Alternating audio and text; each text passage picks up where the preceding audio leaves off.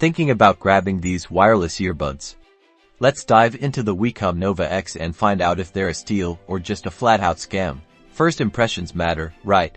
We'll unbox these bad boys and see what you get for your money. Check out the charging case, the ear tips, and the all-important user manual. Are they skimpy or generous with the accessories? Let's zoom in on the design.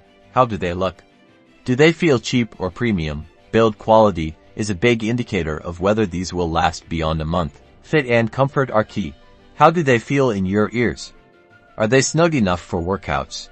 Or do they feel like they'll fall out with every head bob? Now for the sound test, we'll crank up some music and see how these earbuds perform. Are the highs crisp? Is the bass punchy? Or does it sound like you're listening through a tin can? Next, the microphone. Let's test call quality. Can the other person hear you clearly? Or does it sound like you're talking from the bottom of a well? Touch controls. Do they exist? And do they actually work? We'll test the responsiveness of these controls. So, after the unboxing, the fit, the sound, and the features, are the Ycom Nova X earbuds worth it? Or are they a scam? For the price, the Ycom Nova X earbuds offer surprisingly good value.